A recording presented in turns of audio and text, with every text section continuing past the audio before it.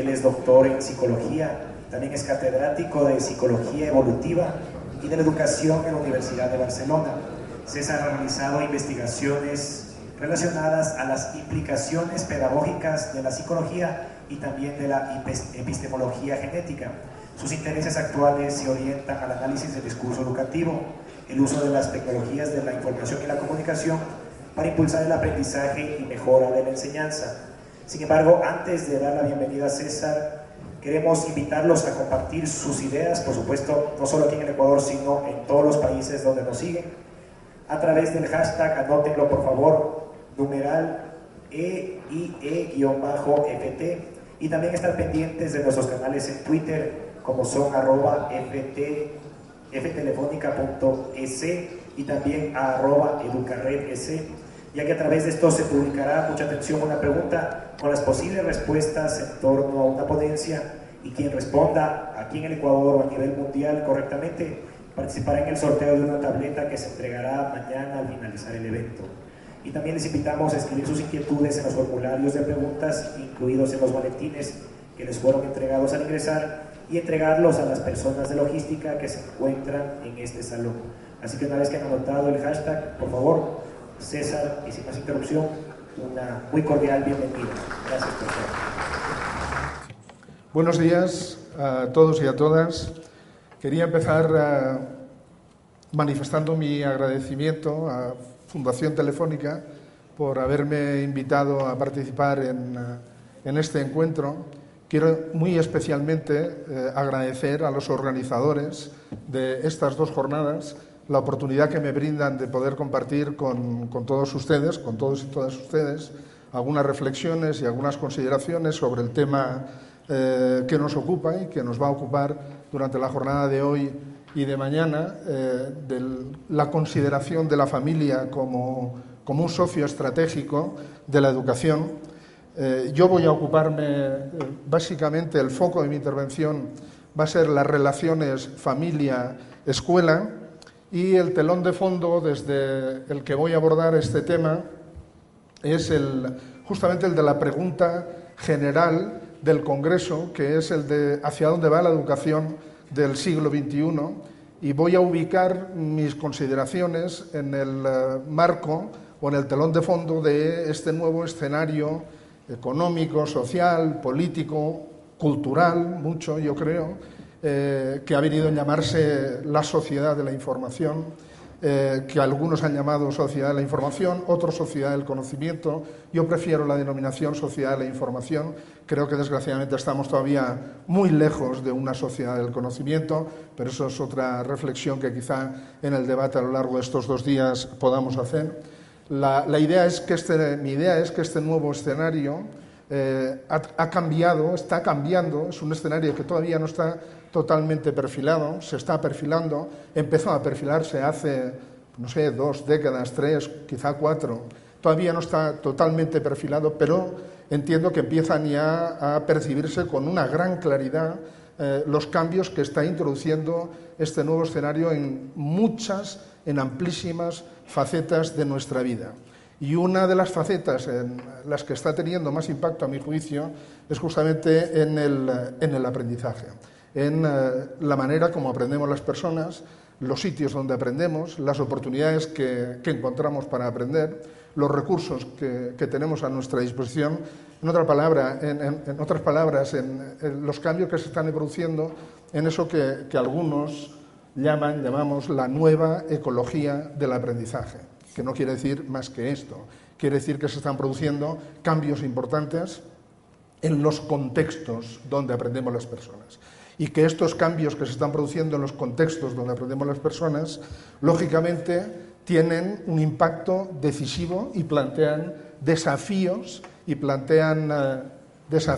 y oportunidades a lo que han sido los dos contextos o escenarios y siguen siendo fundamentales de la educación y del aprendizaje, que son la familia y la escuela. Por tanto, ahí es donde yo voy a ubicar mis reflexiones. Voy a ubicar mis reflexiones en torno a los desafíos y oportunidades que plantea este nuevo escenario y esta nueva ecología del aprendizaje, a las relaciones familia-escuela, y esto me llevará digamos, a desarrollar las ideas en 4 grandes apartados. En primer lugar, lo que voy a hacer es precisar con algo más de detalle, no con mucha profundidad porque es un tema complejo y haría falta más tiempo, pero con algo más de detalle, qué se entiende por esta nueva ecología del aprendizaje y cuáles son estos cambios a los que me refería cuando comentaba que han cambiado los contextos o están cambiando los contextos en los que aprendemos las personas. En segundo lugar, me fijaré en el impacto, o diré alguna cosa sobre cómo, a mi entender, impactan esta nueva ecología de aprendizaje en la función de la familia, no en la función educadora en su sentido más amplio. Mi enfoque va a ser más restringido. Seguro que mis colegas, los otros ponentes que van a presentar ponencias, abordarán, estoy seguro, otros aspectos complementarios. Yo me voy a centrar en cómo impacta esta nueva ecología en la familia como contexto de aprendizaje. Es lo que me interesa, sobre todo, resaltar en mi aproximación, para poder analizar los desafíos que se plantean y las oportunidades en el contexto de las relaciones familia-escuela. Obviamente, además de ver el impacto que está teniendo esto o que puede tener en el contexto familiar, habrá que considerar también el impacto que puede tener en el contexto que está teniendo en el contexto de la escuela. Quiero llamar su atención, luego volveré sobre ello, que en el caso de la familia lo que he puesto en la transparencia es desafíos y oportunidades. En el caso de la escuela he puesto desafíos y cambios necesarios.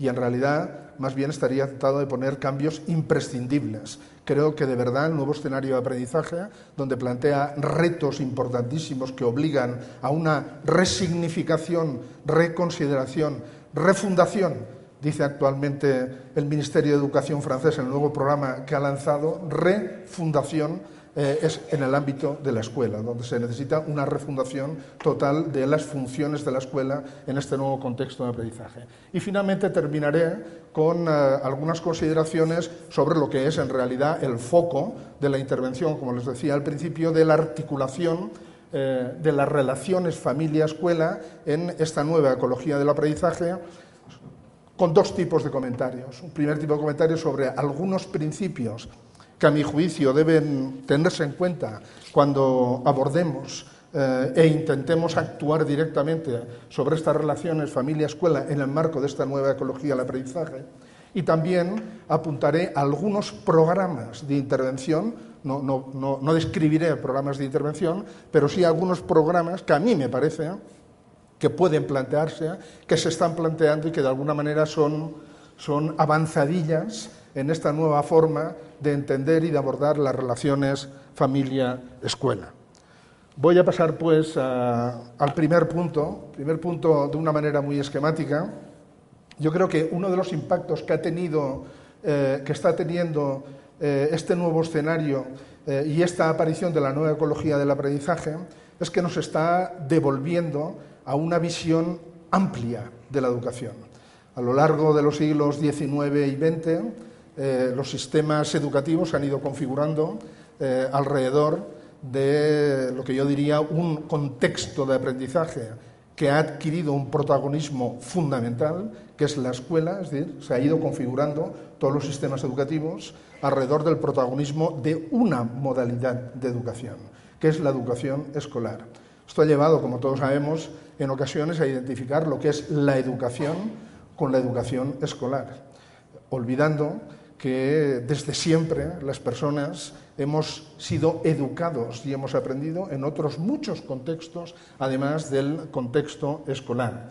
Esto no significa que se haya olvidado que las personas aprendemos en nuestros contextos, pero sí que quiere decir que las políticas educativas y que los grandes esfuerzos a nivel de educación se han centrado de una forma casi prioritaria en el contexto de la educación escolar. De hecho, hoy en día, cuando hablamos de la educación del siglo XXI y no se nos dice nada más, estoy convencido que la mayoría de nosotros estamos pensando en la escuela del siglo XXI y en las instituciones de educación formal, no únicamente escuelas, sino instituciones también de educación superior del siglo XXI. Pues bien, yo creo que la educación del siglo XXI, justamente, el cambio fundamental es que la nueva ecología del aprendizaje nos obliga a considerar que esto no va a ser así. Vamos, que la educación del siglo XXI va a ser una educación que responde a un modelo distinto del modelo de escolarización y que en este nuevo modelo las relaciones familia-escuela y en general las relaciones entre la escuela o las instituciones de educación formal y los otros contextos educativos que ofrecen oportunidades, recursos e instrumentos para aprender a las personas se van a plantear de una manera totalmente distinta a como se han venido planteando durante los 2 últimos siglos. Quiero decir, además, que cuando hablo de una educación amplia, de una visión amplia de la educación, no me refiero a una nueva visión de la educación, porque la visión de la educación siempre fue amplia, hasta finales del siglo XVIII, principios del XIX, cuando empezó esta tendencia hacia la escolarización. En realidad no vamos hacia una nueva visión amplia de la educación, vamos hacia una recuperación de la visión amplia de la educación a la que el modelo de escolarización de estos 2 últimos siglos, sobre todo en la segunda mitad del siglo XX, nos había conducido. En el modelo de escolarización no quiero decir que únicamente contara la escuela, pero sí quiero decir que cuando hablamos de educación familiar dentro del modelo de escolarización, hablamos sobre todo de una educación de alguna manera subordinada u orientada a la escuela. Hablamos de la familia como colaboradora de la escuela. Hablamos de cómo la familia puede participar y conocer mejor lo que se hace en la escuela. Y hablamos de cómo a veces el éxito o el fracaso escolar está condicionado por las condiciones y las posibilidades de aprendizaje en el contexto familiar. Es decir, que de alguna manera las relaciones familia-escuela dentro del modelo de escolarización se han visto, son relaciones que se han planteado de una forma unidireccional. Y este es otro de los cambios que yo creo enormes que se van a producir en este nuevo escenario. Las relaciones, luego veremos qué quiero decir por eso, no solo familia-escuela, sino familia con otros contextos de aprendizaje, van a ser unas relaciones muy bidireccionales, que van a obligar a resituar la escuela en el marco de esta nueva ecología del aprendizaje, en lo que realmente va a ser un nodo, un contexto que ofrece oportunidades para aprender a las personas, pero un nodo dentro de una red más amplia de contextos de aprendizaje con los cuales será necesario trabajar y colaborar para poder construir trayectorias de aprendizaje potentes y enriquecedoras. Pero volvamos a la caracterización que comentaba de esta nueva, una caracterización rápida de algunos rasgos destacados de esta nueva ecología del aprendizaje, a mi juicio.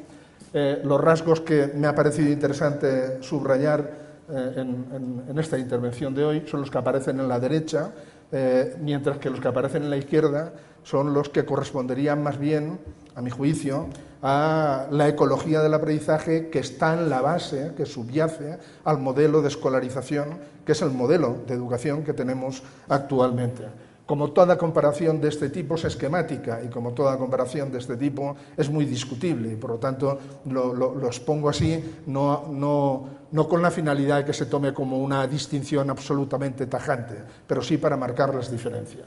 Creo que uno de los rasgos que ya se han mencionado en prácticamente todas las intervenciones de presentación y de inauguración que ha habido esta mañana, no hace falta extenderse mucho sobre eso, es que el escenario actual, la nueva ecología del aprendizaje, si por algo se caracteriza es porque se han multiplicado los escenarios donde las personas podemos aprender. Se han multiplicado los escenarios educativos y con eso los agentes educativos. No es que antes no aprendiéramos, no es que no se tuviera en cuenta, pero el modelo de escolarización responde a un esquema muy claro que además ha funcionado muy bien. Hemos de decir que ha funcionado muy bien. Yo no estoy haciendo una crítica al modelo de escolarización, estoy diciendo que estamos entrando en una nueva época en la que este modelo ya no funciona, no puede seguir funcionando igual porque las condiciones ya no son las mismas. El modelo era que la familia tenía atribuido, para simplificar, unas determinadas funciones educativas a nivel de socialización, a nivel de aprendizaje de valores, a nivel de aprendizajes básicos, a nivel de construcción de la personalidad y luego lo que eran conocimientos valorados socialmente, aquellos que realmente se consideraba que todo el mundo tenía que aprender, y que no se podía garantizar que los pudieran aprender en el contexto de la familia, porque únicamente algunas familias pudieran garantizarlo, se otorgaba eso a la escuela como responsabilidad. Y ese ha sido el modelo con el que hemos venido funcionando. Y eso explica, a mi juicio, muchas de las cuestiones que se plantean aún hoy en día, porque estamos dentro de ese modelo, cuando se analizan las relaciones familia-escuela. Como, por ejemplo, la idea de que la importancia educativa de la familia, sobre todo grande en los primeros años de la vida, y luego no, creo que es un error.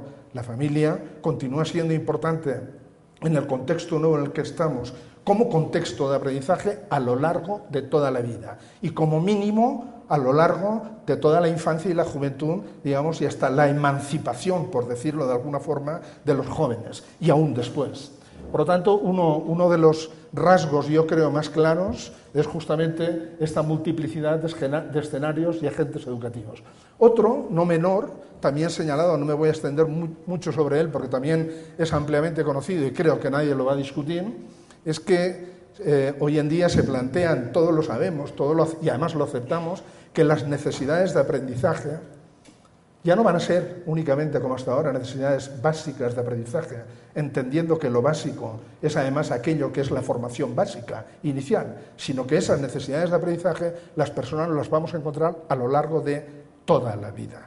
Por lo tanto, lo de satisfacer las necesidades básicas de aprendizaje y todas las políticas orientadas a satisfacer necesidades básicas de aprendizaje, que hoy en día se dirigen fundamentalmente en todos los sitios y en todos los países a la formación básica inicial, debe ser reformulado. Las necesidades básicas de aprendizaje se van a encontrar a lo largo de toda la vida, ¿de acuerdo? No va a ser posible ya más pensar eso de que con una buena formación inicial a nivel de formación básica o de formación superior tenemos el futuro garantizado. Tenemos, y esto plantea, luego lo volveré a comentar, enormes retos desde el punto de vista educativo, porque todo nuestro sistema educativo responde a otra lógica. Todo nuestro sistema educativo responde a la lógica de que las personas entran al sistema, se forman durante los años de formación básica, hay de aquel niño o niña que es expulsado del sistema antes de terminar, porque ese es un fracasado, y luego le cuesta muchísimo, aunque nos inventemos, digamos, todas las posibilidades de vuelta, de reincorporación, es muy difícil que un fracasado escolar, entre comillas, se pueda reinsertar en el sistema, y una vez ha terminado la escolaridad, quien la termina bien, se considera que ese tiene la garantía y la base para poder formar un proyecto de vida personal y profesional futuro más o menos de éxito.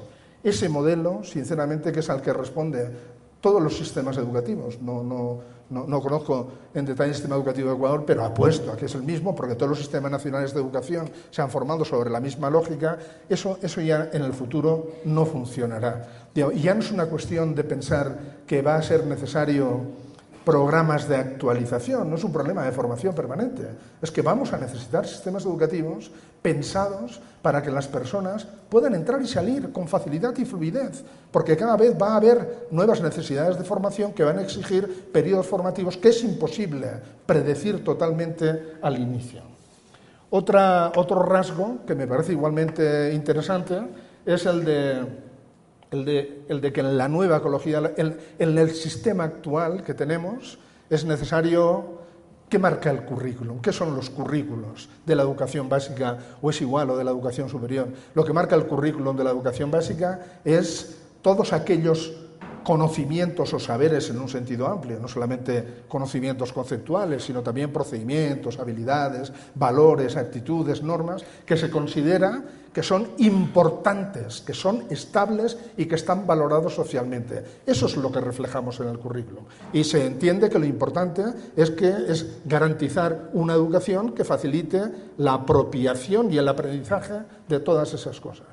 En un mundo en el que el aprendizaje se contempla como algo que se va a realizar necesariamente a lo largo y a lo ancho de la vida, es decir, que va a pasar por fases desde el nacimiento hasta la muerte en las que se nos va a requerir aprender y que además uno no aprende únicamente en un contexto, sino en una multiplicidad de contextos. Esto es lo que se quiere decir habitualmente cuando se habla de aprendizaje a lo largo y a lo ancho de la vida.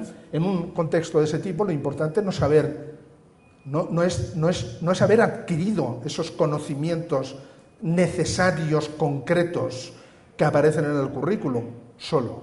Lo importante es estar preparado para que cuando se presenten nuevas exigencias de aprendizaje, uno tenga las habilidades necesarias como aprendiz para abordar estas nuevas y para satisfacer estas nuevas necesidades de aprendizaje. Dicho de otra manera, digamos, en la nueva ecología del aprendizaje, el objetivo no es, como luego volveré a insistir sobre eso, formar buenos estudiantes que obtengan buenos resultados en pruebas de conocimientos, de contenidos, solo, eso es muy importante, pero más importante que eso es formar aprendices competentes, es decir, personas que cuando se enfrenten a una situación a la que se van a tener que enfrentar, porque las necesidades, las características del mundo laboral y el contexto de globalización en el que nos encontramos van a obligar, cuando se encuentren en esa situación, sepan, se conozcan a sí mismos como aprendices, se reconozcan y sepan cómo aprender y abordar esas situaciones. Sepan ir a buscar la ayuda donde puedan encontrarla para aprender eso que tendrán que aprender, que de momento no sabemos qué es. Si seguimos el para qué de la educación escolar en este nuevo mundo o en este nuevo contexto. El para qué de la educación escolar en el siglo XIX, en el siglo XX estaba muy claro. El para qué era para proporcionar a todas las personas los conocimientos imprescindibles para que pudieran desarrollar con plenitud y en igualdad de condiciones un proyecto de vida personal y profesional. Ese era el para qué de la educación. Y eso es lo que ha llevado a plantear la escolarización como una estrategia de universalización, y eso es lo que ha llevado realmente, y ha tenido un gran éxito y se han producido grandes avances. Pero, digamos, eso ya no es más, digamos, no puede ser hoy en día en muchos países, desgraciadamente, y yo vengo de uno, España, en donde esto es manifiesto y palmario, como sabemos todos los que conocemos un poco la realidad española, en donde tener una buena formación y una magnífica formación no es ninguna garantía para poder desarrollar, ya no es, desgraciadamente, una garantía para poder desarrollar un proyecto de vida personal y profesional. En el nuevo contexto económico y de globalización en el que nos encontramos, lo importante es ser competente para poder reciclarse en las nuevas necesidades que yo pueda encontrar a nivel del mercado laboral. Pero ese para qué, yo creo que es una de las cosas que sienten con más urgencia los jóvenes de hoy. Esa falta o ese desdibujamiento del sentido de la educación escolar. Miren, yo siempre digo que a mí lo que más me preocupa, estoy exagerando un poco, pero diría que lo que me preocupa, por supuesto, los alumnos y alumnas que no tienen éxito escolar y que caen dentro de esa categoría que se suele llamar, yo creo que equivocadamente, fracaso escolar. Pero me preocupan aún más aquellos que son exitosos desde el punto de vista escolar, pero que cuando se habla con ellos dicen que sí, que han aprobado, que han sacado todo, que han tenido buenas notas, pero que de verdad no saben muy bien para qué les sirve todo eso.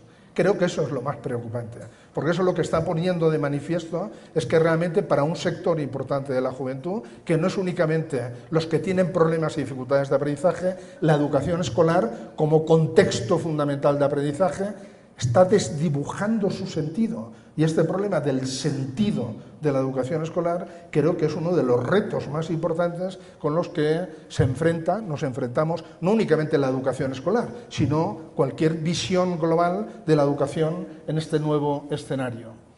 ¿Cómo se plantea el acceso al aprendizaje en esta nueva ecología? Todos lo sabemos, ha hecho mención también y referencia a ello en algunas de las intervenciones, no de esta forma, pero yo veía exactamente lo mismo detrás, participando en comunidades de práctica y de interés. Se ha hecho referencia al tema de los dinosaurios, me parece que es un ejemplo magnífico. Ese conocimiento no se ha adquirido únicamente accediendo a lugares donde está información, sino interactuando con otros que son igualmente interesados por ese tema. Hoy en día la mayor parte no lo hacen únicamente los jóvenes, lo hacemos también nosotros los adultos, que nos vamos incorporando más tarde, pero que nos vamos también incorporando.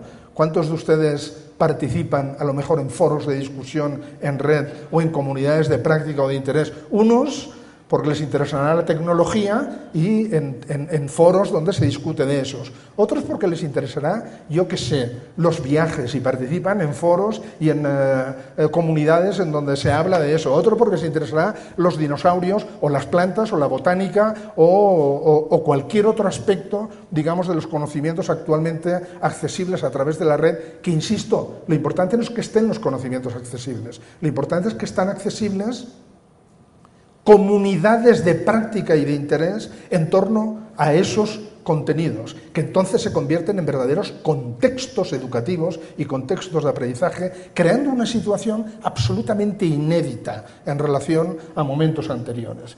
Además de esto, yo destacaría que otro de los aspectos importantes de esta nueva ecología es algo que muchas veces nos pasa por alto y que para las nuevas generaciones tiene mucha importancia, y es que la educación escolar, la que tenemos, la que funciona razonablemente bien, pero hay que reconocer que es una modalidad de educación que está basada sobre todo en el uso de la lengua escrita. La cultura escolar es una cultura de lengua escrita, es una cultura en donde básicamente el acceso al conocimiento se hace a través de textos escritos y básicamente para acceder a eso se necesita desarrollar competencias relacionadas con el uso y dominio de la lengua escrita. Es decir, hay que aprender a leer, hay que aprender a escribir y hay que aprender sobre todo, y ese es el reto, a leer y a escribir para aprender. Y toda la escolarización y el modelo de escolarización está basado en eso. En la nueva ecología del aprendizaje no es que la lengua escrita pierda importancia, es un error. Estoy convencido de que cuando se dice eso es un error. Pero sí que es verdad que la lengua escrita se convierte en un lenguaje más al lado de otros lenguajes y otros formatos de presentación y de representación del conocimiento. Y que hoy en día el acceso al conocimiento, para la mayor parte de la gente, es un acceso que utiliza de una manera coordinada y conjuntada diferentes lenguajes y formatos de representación. Esto es lo que han posibilitado, ni más ni menos, yo creo, es la mayor revolución que han traído consigo las tecnologías digitales de la información y la comunicación. Esta posibilidad no de crear nuevos entornos simbólicos por la aparición de nuevos lenguajes, sino la posibilidad de crear nuevos entornos simbólicos, es decir, nuevos entornos de significación, gracias a la utilización de las ventajas de todos los lenguajes de una forma articulada y coherente. Y esto es otra de las novedades importantes de la nueva ecología. Algunas implicaciones educativas podríamos seguir, porque creo que de verdad cada uno de estos elementos nos permitiría y podría ser un aspecto a profundizar y a reflexionar para coincidir o para discrepar, pero yo creo que todos ellos apuntan a elementos importantes de comparación entre la nueva ecología del aprendizaje y la ecología del aprendizaje que subyace al modelo de escolarización, pero voy a pasar ya a señalar algunas implicaciones la más importante, todas conducen a la última que comentaré al final, pero son ingredientes que me parece que vale la pena mencionar al menos por separado. En primer lugar, digamos, plantea desde el punto de vista, hasta ahora lo he mirado desde el punto de vista del aprendizaje, pero ¿cómo se plantea esto desde el punto de vista de la visión de la educación?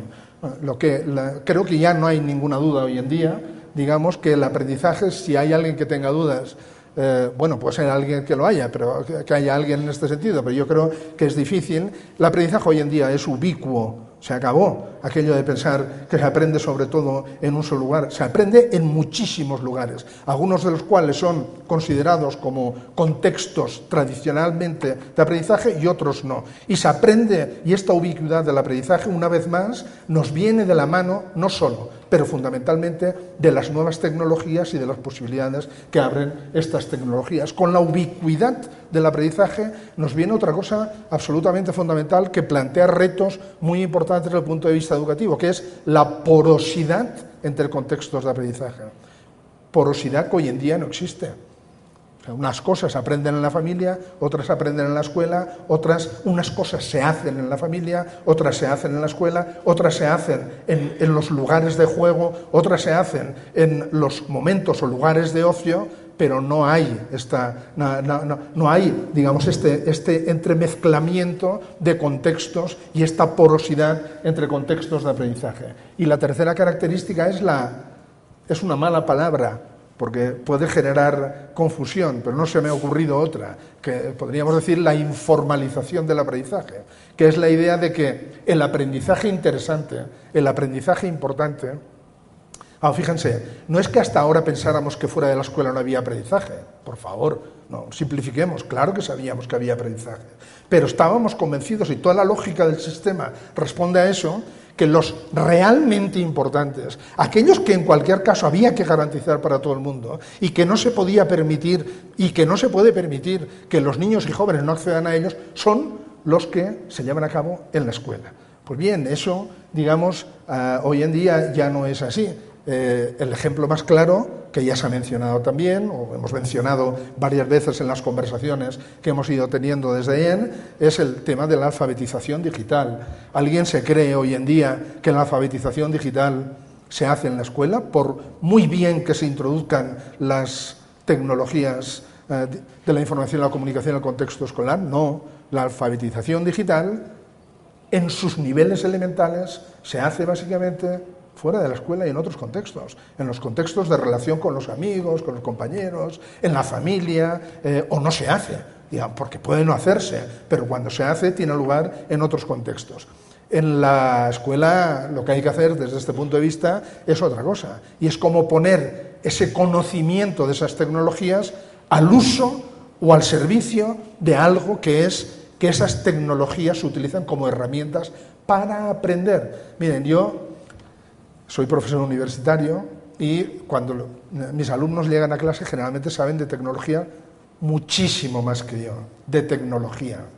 Pero cuando les pido que me busquen una información en Internet para abordar un tema concreto que no es algo que responda a una palabra, se me bloquean, porque lo único que son capaces de hacer es poner en Google esa palabra y como máximo 2 o 3 más y ya los muy, poner 2 conectores. Es decir, en cambio, para otras cosas, para subir vídeos, para chatear, para acceder a comunidades y relacionarse con otros colegas y amigos. Es decir, mis alumnos están alfabetizados tecnológicamente en determinados usos, porque pasa con la alfabetización digital lo mismo que con la alfabetización letrada, que una cosa es conocer el código y conocer a utilizar la herramienta y la tecnología de la escritura y de la lengua escrita, y otra cosa es saber utilizar eso para. Y por eso la alfabetización nunca es completa, porque uno siempre puede utilizar esos recursos para. Y a lo que a nuestros alumnos les faltan es cómo utilizar esos recursos no para consumir o para relacionarse en determinadas prácticas, sino como herramientas e instrumentos para construir conocimiento, para co-construir conocimiento con otros, para convertir la información que está en Internet en conocimiento. Hay quien dice, y yo suscribo, que la habilidad más importante del siglo XXI no va a ser ninguna de las que dice ni el Consejo Europeo, ni las 8 de la resolución del Consejo Europeo, que luego de una manera u otra reflejan los currículos de todo el mundo, ni las competencias de DESECO, sino que la competencia más importante del siglo XXI va a ser aquella competencia que permita saber cómo descartar el 99% de la información a la que tenemos acceso con un solo clic. Esa es la competencia más importante. Con un solo clic tenemos acceso a toda la información. Pero, ¿cómo ser capaces de saber que hemos de descartar el 99% de esa información para quedarnos con lo que nos interesa? Esa va a ser la competencia y la habilidad más difícil del siglo XXI y la que más se tiene que trabajar y que solo se podrá trabajar desde la escuela. Sigamos. Las trayectorias personales de aprendizaje es otro de los puntos que me parecen absolutamente cruciales en este planteamiento. ¿Por qué? Porque todo en la nueva ecología del aprendizaje y en el nuevo escenario, yo diría que esto va más allá del aprendizaje, toda la sociedad de la información está responde, y esto tiene implicaciones de tipo ideológico y de otra naturaleza en las que yo no voy a entrar, pero responde a un principio muy claro, que es el principio de individualización y de personalización. Y la web 2.0 y todas las tecnologías de colaboración y todos los desarrollos apuntan en la misma dirección. Hoy en día lo que el usuario busca no es una respuesta general, estándar. Lo que busca es su respuesta.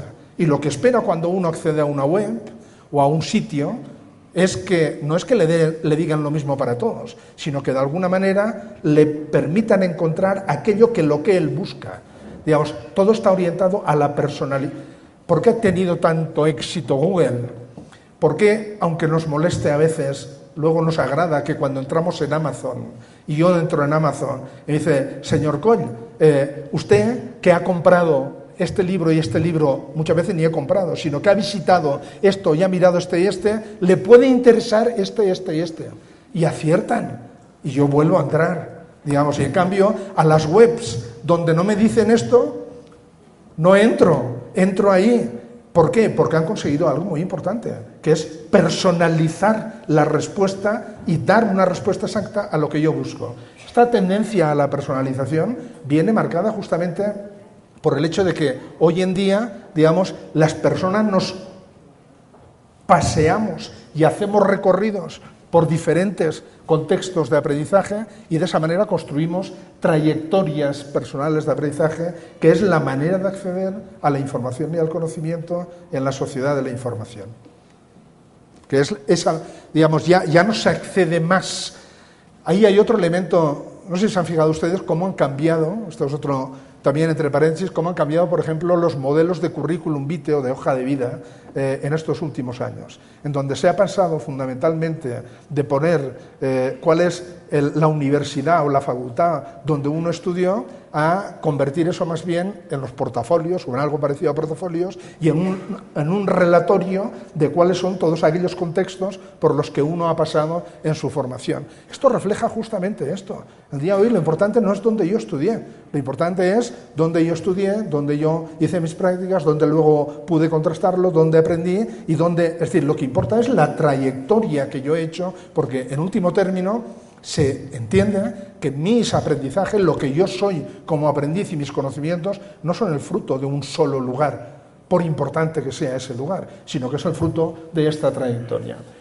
¿Cómo formamos esas trayectorias desde el contexto de la educación escolar? ¿Y cómo podemos, desde las relaciones familia-escuela, abordar la construcción de trayectorias enriquecedoras? Otra idea muy ligada a esta es la de personalización del aprendizaje. Muy probablemente todos conocerán a muchos niños, niñas y jóvenes, casi todos, como se comentaba también antes, que tienen su tableta, su móvil, y que con su tableta y su móvil, y hagamos lo que hagamos, accederán donde quieran, porque siempre serán más hábiles que nosotros. Lo único que podemos hacer, creo yo, es estar al tanto efectivamente de eso y hacer lo único que podemos hacer, que es un acompañamiento y un poner en reflexión, digamos, como lo hacemos cuando no permitimos que vean programas de televisión que no deberían ver. Lo malo no es que vean programas de televisión que no deberían ver, lo malo es que lo vean solos y que no se pueda hacer ese trabajo de acompañamiento con ellos. Muy bien, la tendencia, el gran drama que tenemos hoy en día, yo creo que se plantean muchos jóvenes, no únicamente adolescentes, sino también jóvenes más mayores cuando acceden a la universidad, es que acostumbrados como están a seguir sus propias trayectorias personales de aprendizaje y a que su vida esté presidida por este principio de personalización, llegan a un sitio que es la escuela o llegan a un sitio que es la universidad y se encuentran con un currículum que ya está decidido y que ya está establecido, dicho en otras palabras. Y para resumir, la personalización se acaba en la puerta de la institución de educación formal. Y esto es un reto enorme, digamos, es un elemento fundamental del nuevo modelo educativo y de la educación del siglo XXI. No puede ser que la personalización se quede en la puerta de las instituciones de educación formal. Hay otro elemento que me parece también importante, es el último que menciono antes de terminar con este punto, que es el tema importante de los ecosistemas de aprendizaje y de las políticas de equidad. Creo que en esta nueva ecología del aprendizaje, la educación escolar y el modelo de escolarización, yo pienso que ha tenido y tiene mucho éxito como una herramienta poderosa para luchar contra la exclusión y para favorecer a los más desfavorecidos social y económicamente. Pero creo que en el nuevo modelo no es que no va a ser importante el papel de la escuela, pero solo la escuela, si no se considera algo más amplio, su capacidad para luchar contra la desigualdad desde la escuela va a ser mucho menor que en el modelo de escolarización. Porque lo que va a primar, digamos, no es únicamente la escuela, sino el ecosistema de aprendizaje personal y particular que cada niño, niña, joven se va construyendo gracias a aquellos entornos por los que transita y que le ofrecen oportunidades, herramientas y recursos para aprender. Dicho de otra manera, si se quieren hacer políticas de equidad en este nuevo contexto, a mi juicio, supongo que Daniel Contreras luego mañana abordará a fondo este tema y otros relacionados, pero yo creo que ya no se pueden hacer políticas de equidad únicamente en el futuro desde el contexto de la educación escolar. Dudo que se puedan hacer políticas educativas solo desde el sistema formal de educación. Y probablemente, digamos, en este nuevo modelo, las políticas educativas tienen que ir más allá de la escuela. Tienen que incorporar, por supuesto, como elemento fundamental a la escuela, pero tienen que abordar este aspecto de redes de aprendizaje, de los cuales, y ahora paso a ello, la escuela y la familia son los dos nodos vertebradores, pero dos nodos, los dos igualmente importantes, por sí mismo y por lo que generan. En suma, yo diría que esta nueva ecología del aprendizaje y todas estas implicaciones y otras que podríamos mencionar, a lo que conducen es a una conclusión que yo resumiría en una frase, y es que la educación del siglo XXI, a mi manera de ver, será una educación que yo diría, para resumir, aunque sé que puede dar lugar a equívocos, distribuida e interconectada, contrariamente a lo que ha sido la educación que hemos tenido a lo largo del siglo XX y del escenario anterior. Distribuida porque la influencia educativa está distribuida entre, y estará cada vez más, diferentes contextos, unos presenciales, otros virtuales y la mayoría mixtos. La mayoría ni presenciales puros ni virtuales puros, sino mixtos y entrelazados. E interconectada, porque evidentemente será imposible entender cómo se construyen trayectorias de aprendizaje y ecosistemas de aprendizaje, será imposible diseñar políticas que mejoren la posibilidad de construir trayectorias enriquecedoras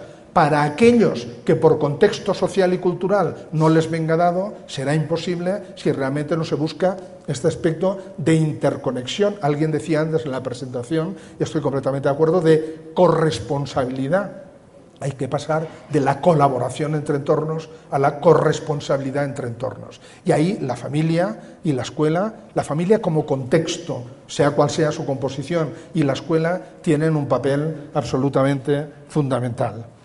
¿Qué desafíos y oportunidades plantea este nuevo escenario o se plantea en este marco de una educación distribuida e interconectada al contexto de la familia como contexto de aprendizaje? Insisto que mi visión es muy restringida porque me limito a las consideraciones relativas al contexto familiar como contexto de aprendizaje. Primero, la familia potencialmente, digo potencialmente porque este va a ser uno de los elementos fundamentales, yo creo, de las políticas educativas del futuro, potencialmente se convierte en un nicho de aprendizaje con unas posibilidades enormes de oportunidades para aprender, de recursos para aprender, de instrumentos para aprender para las nuevas generaciones, es decir, para sus miembros.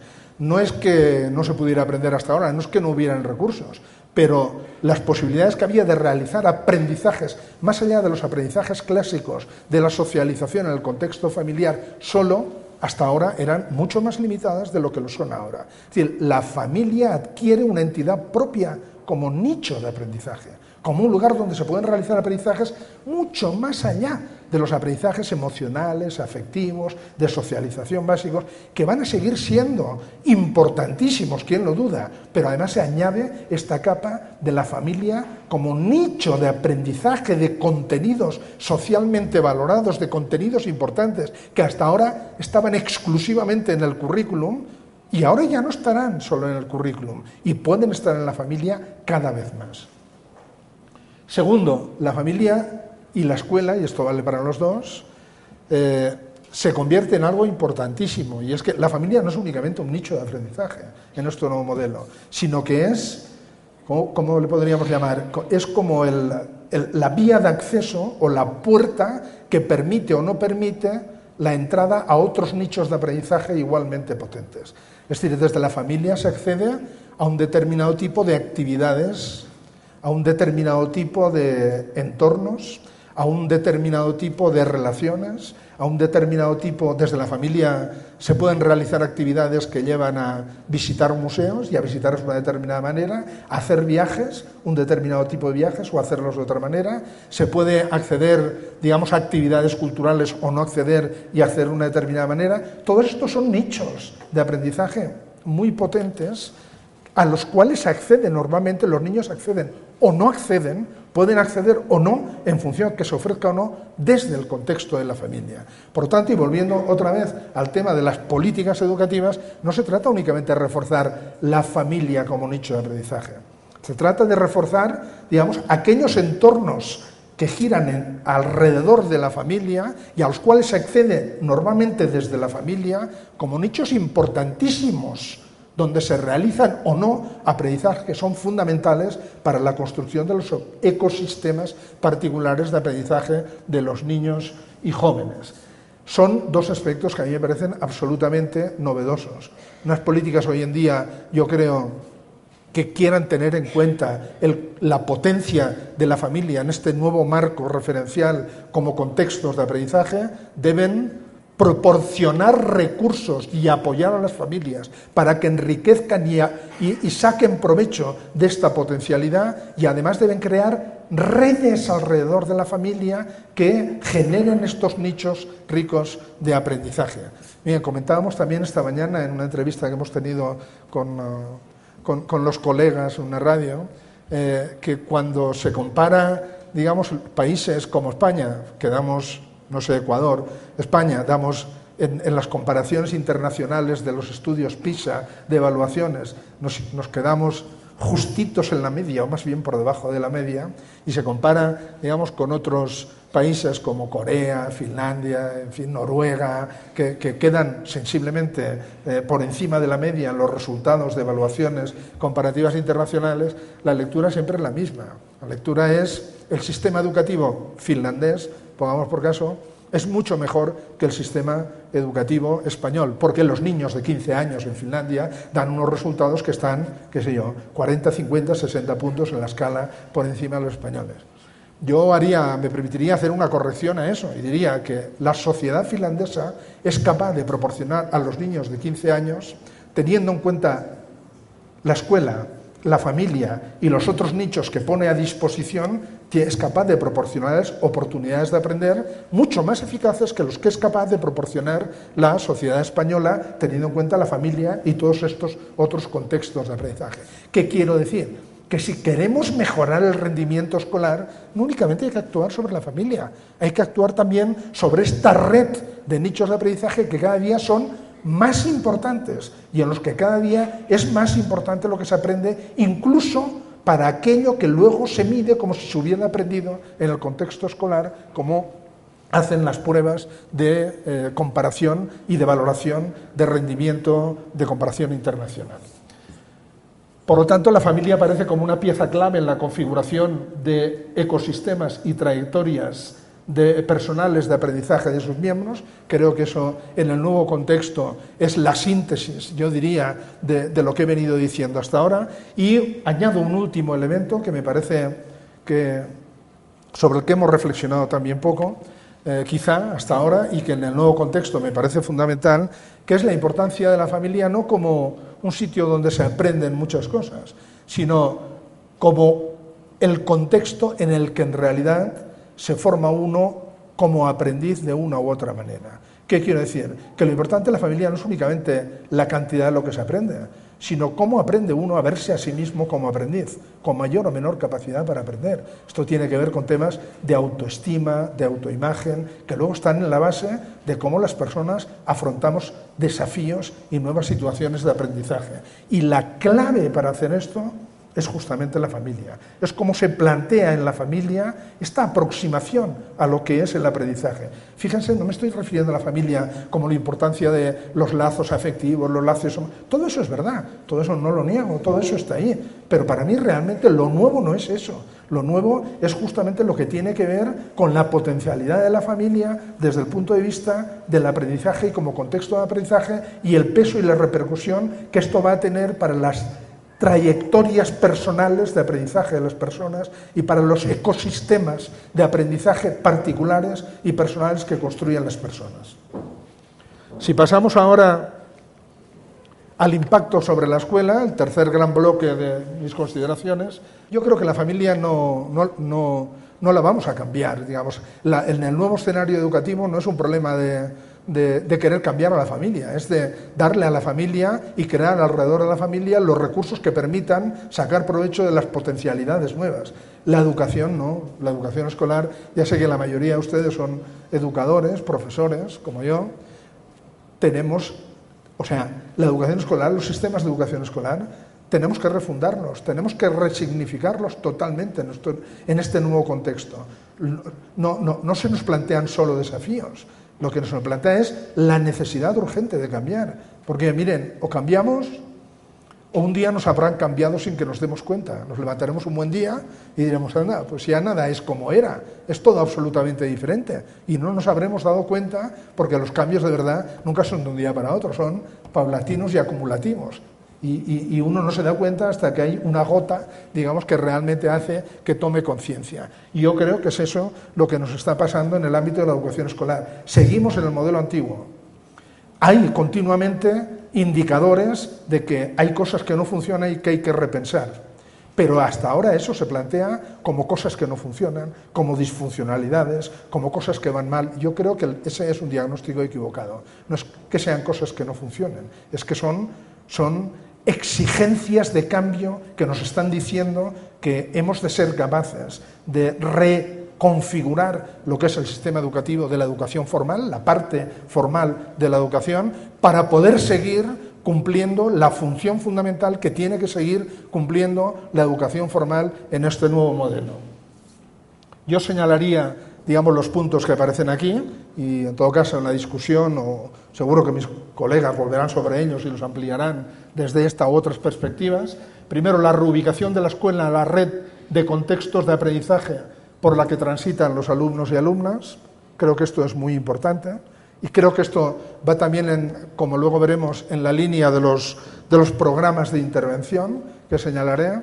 Yo creo que sería un error ya hoy en día plantear los programas de relación familia-escuela únicamente como relación familia-escuela. Habría que plantearlos en un contexto más amplio de las relaciones familia-escuela en el marco de redes en las que aparecen también otros contextos de aprendizaje. Está el tema de la atención, de cómo pasar de la atención a la diversidad a la personalización del aprendizaje. Este es un tema dificilísimo, complicado y que además plantea un debate ideológico de fondo. Si quieren luego, o igual tenemos ocasión luego, o mañana, o en otro momento, porque claro, personalizar el aprendizaje quiere decir no solo atender a la diversidad, quiere decir que realmente nos creemos que lo que necesitan aprender las personas no es necesariamente lo mismo para todas. Y esto choca con cosas que hemos venido defendiendo todos desde hace muchísimos años, yo también. Y es la idea de que justamente la escuela tiene que garantizar que todo el mundo tenga acceso al mismo currículum, porque era la manera de evitar desigualdades y que las diferencias se convirtieran en desigualdades educativas. Y ahora la personalización quiere decir otra cosa, quiere decir que nos creemos de verdad que no todo el mundo tiene por qué necesariamente aprender exactamente lo mismo. Y esto plantea un debate ideológico muy importante, porque el tema es cómo hacer eso sin que eso genere y multiplique la desigualdad. Yo creo que hay respuestas, pero las respuestas digamos, lo primero para encontrar respuestas es aceptar que es un problema. Y por lo tanto, lo primero es aceptar que si sí o no nos planteamos el reto de la personalización. Yo creo que lo hemos de plantear, porque nuestros alumnos no aguantarán mucho más tiempo la idea de que la personalización se les acaba el día que entran por la puerta de la facultad o por la puerta de la escuela o por la puerta del instituto. Por lo tanto, hemos de encontrar una solución o hemos de intentar buscar soluciones a este problema. El otro tema es el de la equidad educativa, que ya he comentado, y que nosotros desde el ámbito de la educación escolar no podemos garantizar que se construyan trayectorias educativas enriquecedoras, trayectorias personales de aprendizaje, ecosistemas de aprendizaje potentes y ricos para todas las personas. No lo podemos, no es desde la escuela, pero desde la escuela sí que podemos retomar esas trayectorias, conocerlas, intentar tener información de cuáles son esas trayectorias y desde la escuela tomarlas como objeto de reflexión y de análisis y desde la escuela intentar compensar, pero y fíjense, ya no compensamos aprendizajes, compensamos o tenemos que intentar compensar trayectorias y eso es muchísimo más difícil. Las TIC, esto es solamente un apunte, luego si quieren lo ampliamos. Yo creo que hemos pensado sobre la incorporación de las TIC al ámbito de la educación formal desde múltiples puntos de vista. Desde el punto de vista de la gestión, como herramientas de enseñanza, como herramientas de aprendizaje, como instrumentos pedagógicos, en términos de usos, hemos pensado desde muchas perspectivas. Pero para mí, desde esta perspectiva de las trayectorias de aprendizaje, las TIC tienen una nueva utilización que todavía no ha sido explorada. Si hemos de ser capaces, desde el contexto escolar, que lo hemos de ser, de hacer un seguimiento y un acompañamiento de los alumnos a través de en el tránsito que realizan por diferentes contextos de aprendizaje, con la finalidad de potenciar aquellas trayectorias que sean menos ricas o menos prometedoras, eso es inimaginable que lo podamos hacer sin un uso determinado de las tecnologías. Es decir, las tecnologías de la información y la comunicación se nos aparecen como el instrumento ideal para poder empezar a plantear realmente estrategias de seguimiento y acompañamiento de los alumnos, de los niños, de las niñas y de los jóvenes a través de diferentes contextos y nichos de aprendizaje. En último término, y para resumir, retomando una expresión que decía antes, en realidad, digamos, el gran reto que se nos plantea desde el punto de vista de esta nueva ecología del aprendizaje a la educación formal y escolar en todos los niveles educativos, no solamente en el básico, sino en el universitario también, es cómo pasar de aquello para lo cual están hechas ahora estas instituciones y hemos sido formados nosotros y es lo que sabemos hacer, que es formar buenos estudiantes, eso es lo que hemos intentado hacer hasta ahora, y cómo pasamos de al reto de cómo formar aprendices competentes. Paso ya para terminar a la cuarto bloque de mis consideraciones, que tiene que ver con la articulación familia-escuela en este nuevo marco o en esta nueva ecología del aprendizaje, y que, como les decía, he organizado en dos mini bloques o dos tipos de consideraciones. Una son principios, que voy a ir muy rápido sobre ellos, sobre el segundo también, porque se me está agotando el tiempo y tiene que haber tiempo para el debate, y que menciono simplemente con algún comentario evitando ser repetitivo. Primero, familia y escuela son nodos centrales de las redes de contextos de aprendizaje de niños y jóvenes. Creo que esto es una nueva mirada sobre las relaciones familia-escuela. No se trata de pensar en las relaciones familia-escuela, se trata de pensar en cómo familia-escuela son los núcleos vertebradores y fundantes de las trayectorias personales de aprendizaje en el marco de esta nueva ecología. No hemos de pensar cómo se relacionan solo la familia-escuela, hemos de pensar cómo desde ellas dos, por separado y sobre todo interconectadamente, se pueden llegar a generar más trayectorias potentes o menos trayectorias potentes de aprendizaje. Segundo principio, este creo que nos va a costar mucho a los educadores, la puesta en valor de los aprendizajes, no aprendizajes de tipo de socialización, sino aprendizajes de aquellos que tradicionalmente se ubicaban en el ámbito escolar, por lo tanto, la puesta en valor de estos aprendizajes que tienen lugar también en el ámbito de las familias, y el establecimiento de canales y comunicación mutuos. Siempre, hace muchos años que venimos diciendo que las familias tienen que conocer qué se hace en la escuela, tienen que participar en la escuela, y es verdad, pero decimos pocas veces, y se ha insistido poco, en que desde la escuela hemos de conocer más qué es lo que sucede en el contexto familiar, qué es lo que se aprende en el contexto familiar, no para cambiarlo, porque no podremos cambiarlo, sino para utilizarlo, para tenerlo en cuenta cuando planteemos las actividades escolares. Tercer punto, de la participación, colaboración y apoyo de la familia a la escuela, que es como nos lo hemos planteado tradicionalmente, a la corresponsabilidad de familia y escuela en la configuración de trayectorias personales de aprendizaje. Y luego la idea matriz. Son dos contextos, no son dos. En la nueva ecología del aprendizaje son muchos más, pero el aprendiz es único. El niño, la niña, el joven, cuando va de la familia a la escuela y de la escuela al lugar de juegos y del lugar de juegos al club deportivo o a jugar a la calle con otros niños, es el mismo y lleva consigo sus intereses, sus conocimientos, lo lleva consigo. Hay un solo aprendiz, no hay un alumno y un hijo y un niño que hace deporte. Hay un aprendiz. Visto desde esta perspectiva, hay un aprendiz. Y ese es el reto, digamos, con el que nos tenemos que enfrentar, porque es un cambio, yo diría, de visión completo desde el punto de vista de la educación escolar.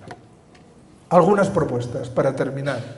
Primero, algunas clásicas. Yo creo que hay que potenciar programas orientados a realizar actividades compartidas. Hay pocos programas de este tipo. Tendríamos que intentar realizar más actividades compartidas entre familias y profesores de las escuelas. Ayer comentábamos en una visita a un aula en el Jardín Botánico justamente esta idea. No solamente es bueno que vayan los niños a estas aulas, que vayan los adultos a estas aulas, sería muy interesante que pudieran ir juntos, y además los profesores también, porque es mediante estas actividades donde puede haber realmente un conocimiento recíproco. Tendría que haber programas orientados al conocimiento mutuo y a evitar las discontinuidades entre la familia y la escuela. Tendría que haber, yo creo, y poner en relieve y promover, sobre todo desde el ámbito de las políticas educativas, pienso, programas orientados a fortalecer los nichos de aprendizaje en el entorno comunitario de la familia. Me parece absolutamente fundamental. Quizá no es fácil, e incluso yo diría que no sé si deberíamos hacerlo, intentar incidir dentro de la familia, pero en cambio sí que es legítimo enriquecer el contexto familiar para que realmente la posibilidad de acceso desde la familia a esos nichos de aprendizaje enriquecidos a los que o se accede desde la familia o no se accede estén a disposición de las familias. Y finalmente, y con esto termino, yo creo que en la nueva ecología del aprendizaje el gran reto es poner en marcha eso que aquí aparece con una expresión que suena muy rara y muy difícil, pero que en realidad la idea que hay detrás es muy fácil, lo que aquí se llama planes educativos integrales territorializados. La idea es simple, la idea es que la construcción de estas redes de nichos de aprendizaje no se puede abordar al nivel de políticas generales, creo yo, centrales. Hay que buscarlas en el territorio, hay que buscarlas en la comunidad, y ahí es donde hay que crear alianzas. Es muy difícil llegar a poner de acuerdo a todos los agentes sociales importantes a nivel general, pero mi experiencia me dice que es mucho más fácil poner de acuerdo a todos aquellos que ofrecen recursos, oportunidades y herramientas para aprender en contextos comunitarios bien delimitados. En un contexto comunitario delimitado es relativamente fácil poner de acuerdo a las familias, a los agentes económicos, a los agentes de la administración, a los agentes culturales o las entidades culturales, y alrededor de eso crear planes educativos integrales en ese territorio que aprovechen todos los recursos existentes. Mi convicción es que en el nuevo modelo de educación distribuida e interconectada esto se va a concretar de esta manera. No creo que se concrete a un gran nivel macroestructural creo que se va a concretar en el contexto de entornos comunitarios bien delimitados y que en ese sentido el fortalecimiento de las comunidades en este sentido amplio es sin duda, yo creo, el factor fundamental en este nuevo escenario.